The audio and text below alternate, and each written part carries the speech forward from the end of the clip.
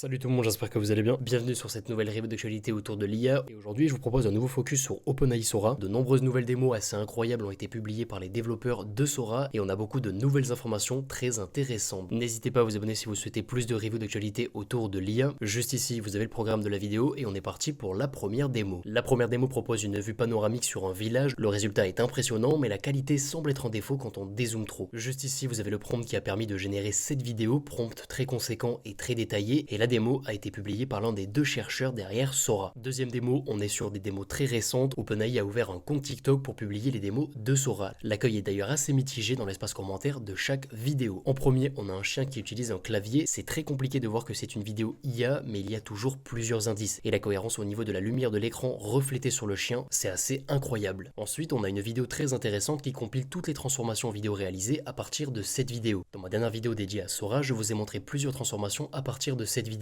Mais la transformation année 1900 est assez récente et elle est impressionnante. La vidéo finale reste similaire à la vidéo originale en termes de mouvement, mais le décor et le véhicule sont complètement transformés. Prochaine démo, train qui circule sur une feuille. Démo assez impressionnante car elle démontre que Sora est bon dans la génération d'éléments très petits. Ensuite, on a de la génération multiple, plusieurs petites vidéos dans une seule, et Sora se débrouille très bien. La manipulation de la neige en haut à droite est assez hasardeuse, mais le reste de la vidéo est cohérent. Et ensuite, on a des chiots qui apprennent à cuisiner. Prochaine démo, c'est une bande-annonce, donc plusieurs scènes générées via une seule génération. Les séquences sont très riches en contenu et variées, et le résultat final est donc très réaliste. Mais on n'a malheureusement pas le prompt qui a permis de générer cette vidéo. Ensuite, on a une vidéo démo qui montre la combinaison d'un gameplay Minecraft avec une vidéo prise à la première personne à bord d'une moto. On a ensuite de vidéos focus fourmis. La première vidéo a généré de nombreuses réactions sur Twitter, les détails sont impressionnants, et la deuxième vidéo en suit plusieurs fourmis. Ensuite, on a plusieurs démos dans le segment film d'animation, une promenade assez particulière, une vidéo focus Halloween, deux chiens qui se baladent dans New York avec une fin de vidéo assez impressionnante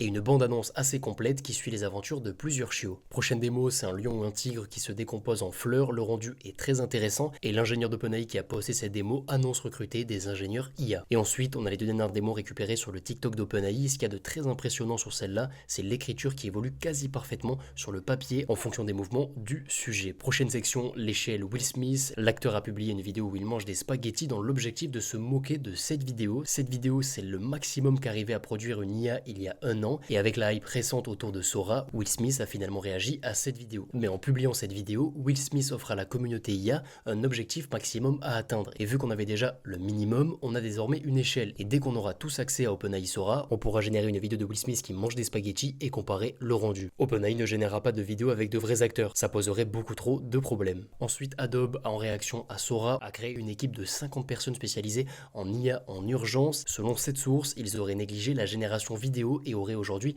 un retard très conséquent. Je vous laisse mettre sur pause pour lire les détails. Luma Labs, une app spécialisée dans la génération et la manipulation d'objets 3D, permet de modéliser et naviguer dans le décor d'une vidéo. Et ça fonctionne plutôt bien, et donc on pourrait voir à terme un process Sora et extraction 3D des éléments dans la vidéo. Eleven Labs annonce travailler sur une technologie texte ou audio, vous décrivez le son que vous souhaitez et Eleven Labs vous le génère. Je vous mets un extrait de quelques secondes.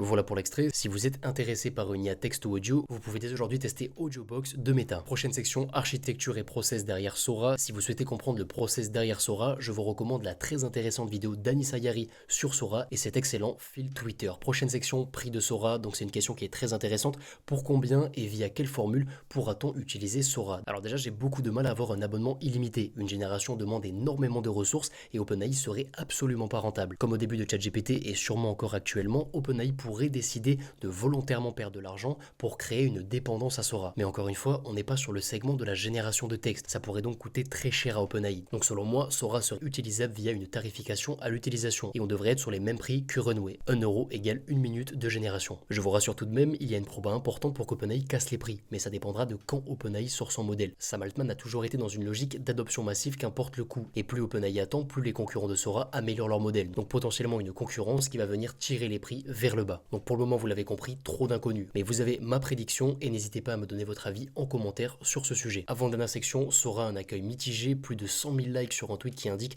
qu'Internet court à sa perte à cause de Sora et plus de 200 000 likes sur un tweet qui appelle à rendre Sora illégal. Donc c'est compréhensible d'être étonné et de rejeter Sora. De nombreux boulots vont évoluer. Mais comme précisé dans ma première et dans ma deuxième vidéo, ça permettra à des artistes indépendants de passer à des niveaux bien supérieurs. Et on termine par 3 liens intéressants que je vous mets en description. Le premier, c'est un Reddit qui regroupe de nombreux débats autour de l'impact de Sora. Le deuxième lien, c'est Harris Yeager qui parodie un CEO qui réagit à Sora et je vous recommande de suivre son compte. Et le dernier lien, c'est Netflix India qui plaisante autour d'OpenAI Sora. Donc on arrive à la fin de cette review d'actualité autour de l'IA, j'espère qu'elle vous aura plu. Si c'est le cas, n'hésitez pas à vous abonner. Si vous avez la moindre question, n'hésitez pas à venir sur le Discord de la chaîne. Je vous dis à très bientôt. Ciao ciao.